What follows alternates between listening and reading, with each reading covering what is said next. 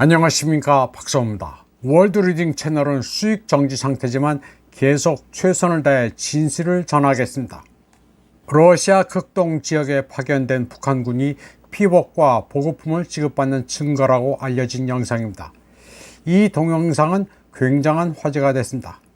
북한군으로 보이는 이들이 줄을 서 있는 가운데 나오라, 야, 넘어가지 말라는 북한식 억양이 들렸기 때문입니다. 저도 들어보니 그렇게 들리기는 했습니다. 이에 대한 러시아 매체 짜르그라드의 반응을 소개해 드리겠습니다. 이 매체는 러시아에 주둔 중인 북한군을 담았다는 영상이 온라인에서 급속도로 퍼지고 있다면서 나름의 견해를 피력했습니다. 젤렌스키는 북한이 사실상 러시아 편에 서서 분쟁에 가담했다면서 이미 러시아 군인들을 훈련시키는 북한 장교들이 있다는 말을 했다고 합니다. 또 우크라이나 매체들은 북한군이 브리아트 특별대대 일원으로 쿠르스크에서 싸울 것이라는 정보를 퍼뜨렸다고 짜르그라드가 전했습니다. 마침 젤렌스키는 마크 루이테 나토 사무총장과의 합동 브리핑에서 북한이 러시아에 파견할 병력 1만 명을 준비 중이라고 주장했습니다. 이에 대해 루이터는 나토 차원에서 확인한 바는 없다고 말하면서 그게 사실이면 우려는 된다고 코멘트했습니다. 그리고 젤렌스키는 이에 앞서 베르홈나라드에서 승리 계획을 발표하면서 우크라이나는 러시아뿐 아니라 이란, 북한과도 싸우고 있다는 말을 했습니다. 난데없이 북한을 거론했습니다. 이후 뉴스는 급박하게 쏟아졌습니다. 한국 국정원은 우크라이나의 주장을 확인했다고 말했습니다. 한국 정부는 북한군 1,500명이 이미 극동지역 훈련장에 있다고 발표했습니다. 그러던 중 북한군 추정 영상이 급속도로 퍼졌습니다. 이 영상을 촬영한 사람은 역에 수백만, 즉 많은 숫자의 사람이 있다는 독백을 합니다.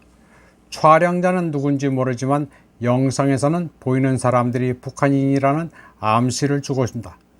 러시아 군사 전문가 보리스 로즈는 특수군사작전 구역에서는 북한인과 관련된 사진이나 영상이 전혀 없다면서 모든 게 조작된 것 같다고 말했습니다. 조종사 출신의 전투 폭격기란 필명의 블로거는 누군가 후방에서 장난치는 것 같다고 했습니다. 빼짜 베르브이 채널은 해당 영상이 북한군인지 아닌지 확실치 않다고 했습니다. 보예보다 베셔의 채널의 알렉세는 영상에 나온 이들이 북한인이 아니라 러시아 북방에 거주하는 소수 민족들이라고 말했습니다. 사할린, 여네즈, 하바롭스크에는 고려인 디아스포라가 광범위한데 이들이 쓰는 언어도 북한말과 기본적으로 같습니다. 저도 영상에 나온 게 북한군인지 아닌지 진위 여부를 독립적으로 판단할 수는 없습니다.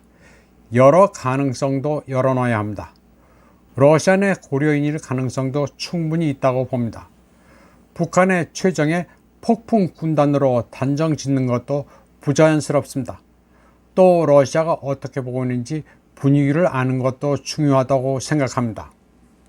또 설령 북한군이 파견됐다 하더라도 그게 한국의 안보와 직접적으로 영향을 미치는 것인지도 생각해 볼 일입니다.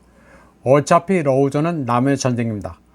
어수선한 분위기에 편승해 한국이 우크라이나를 지원해야 한다는 여론은 결코 좋지 않습니다. 정황 증거가 있는 것처럼 보여도 뭔가 공식적으로 확실해질 때까지 기다리는 것도 나쁘지 않습니다. 이참에 무기 지원을 해야 한다느냐 하는 주장을 하는 것은 무책임한 것입니다. 다 국민들이 낸 세금이라는 것을 생각해야 합니다. 젤렌스키가 북한을 엮으려 하는 것도 소위 승리 계획의 일환입니다. 그런데 정작 유럽의 나토 회원국들은 여기에 휘말리지 않고 있으며 숨 고르기를 하고 있습니다. 미국 대선까지는 지켜보고 있는 것 같습니다. 다음 소식입니다. 도널드 트럼프 전 미국 대통령은 PBD 팟캐스트에서 젤렌스키는 러시아와의 분쟁에서 이미 패배했다고 선언했습니다. 또 바이든이 애초에 싸움을 도발했다고 비난했습니다. 그는 젤렌스키를 패배자로 규정하면서 승리를 거두지 못한 채 수십억 달러의 미국 원조를 반복적으로 확보한 위대한 세일즈맨이라고 비판하기도 했습니다. 트럼프는 그러면서 자신이 2020년 선거에서 집권했었다면 분쟁을 피할 수 있었을 것이라는 주장을 반복했습니다. 그는 분쟁을 끝내기 위한 조치가 취해지지 않으면 사태가 더 악화될 수 있으며 심지어 3차 세계대전이 발발할 가능성이 있다고도 경고했습니다. 젤렌스키의 소위 승리 계획에 대해서는 유럽도 유보적인 스탠스를 보이고 있습니다. 폴란드 국방장관 브라디스ław 코시니악-카미시도 엄청난 전쟁 피로감이 있다고 밝혔습니다. 브라셀에서 열린 나토 국방장관 회의에 참석한 그는 젤렌스키의 승리 계획이 실행되기를 바라지만 키예프가 전장에서 직면한 어려운 상황으로 그 계획이 훼손됐다고 말했습니다. 폴란드 매체 tvp.info도 유럽 이사회나 나토 본부에서도 큰 열의가 보이지 않는다고 보도했습니다. 전선 상황이 어렵고 전쟁 피로감 때문이라고 했습니다. 폴란드 총리 도널드 투스크도 젤렌스키의 승리 계획이 얼마나 현실적인지 평가하기 힘들고 11월 미 대선 이후에나 재평가될 가능성이 높다고 말했습니다. 나토 사무총장 마크 류테도 우크라이나가 다음 나토 회원국이 된다는 보장이 없다고 했습니다. 워싱턴의 나토 특사 줄리안 스미스도 키예프의 나토 가입이 단기 문제가 아니라고 강조했습니다. 헝가리의 빅토르 오르반 총리도 젤렌스키의 계획이 무시무시하다면서 유럽연합이 잘못 계산된 전략으로 키예프의 무기와 자금을 계속 공급한다고 비판했습니다. 또 올라프 숄츠 독일 총리도 키예프에 타우루스 미사일을 공급하지 않을 것이며 신속한 나토 가입 역시 지원하지 않을 것이라고 밝혔습니다. 다시 한번 말씀드리지만 북한 말이 들렸다는 동영상이 북한 파병의 결정적 증거라고 단정짓는 것은 무리가 있습니다. 여기에 흥분해서 우크라이나에 살상 무기를 지원해야 한다느니 떠드는 것은 무책임합니다. 한국에는 소위 보수 우파라는 사람들 가운데 러우 분쟁 초기부터 키예프에 뭘 줘야 한다고 열을 올리면서 젤렌스키를 상전으로 생각하는 이들이 많았습니다. 러시아가 패전하고 있다는 서구 내러티브를 맹신하면서 세상 돌아가는 것을 거꾸로 이해하는 사람들이 많습니다. 가디언, 텔레그래프, 뉴욕타임즈, 월스트리트저널에 영어로 기사화되면 이를 바이블로 아는 배운 바보들이 한국에는 천지빛깔입니다. 유럽조차도 분쟁 피로도를 느낀다는데 한국 내 그런 사람들은 지치지도 않는 모양입니다.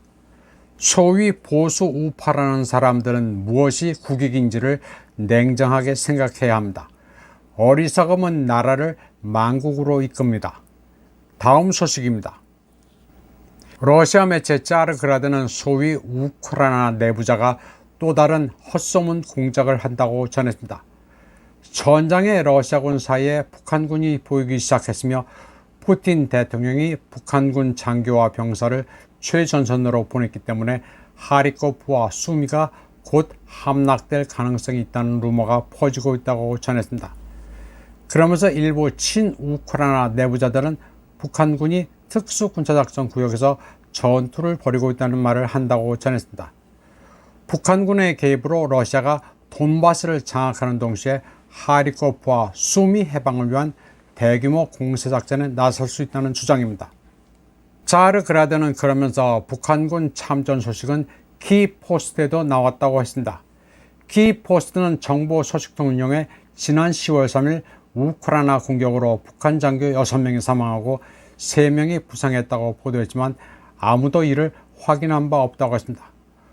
북한군이 탈영했다는 보도 역시 아무런 근거가 없지만 한국 미디어는 이를 정정하기는커녕 계속 반복해 방송을 합니다. 조회수를 올릴 수 있기 때문입니다. 그리고 북한군이 특수군사작전 구역에서 싸울 수 있다는 논의는 김용현 한국 국방부장의 발언 이후 촉발됐다고 전했습니다. 김용현 장관은 북한이 군대를 파견할 가능성이 있다고 언급했으며 러북 조약을 언급하면서 가상의 방식으로 운을 띄웠다고 짜르그라드는 전했습니다. 또 미국 워싱턴 포스트는 우크라이나 소식통을 이용해 수천 명의 북한군이 러시아에서 훈련을 받고 있으며 올해 말까지 특수전 구역으로 이송될 것이라고 보도했습니다.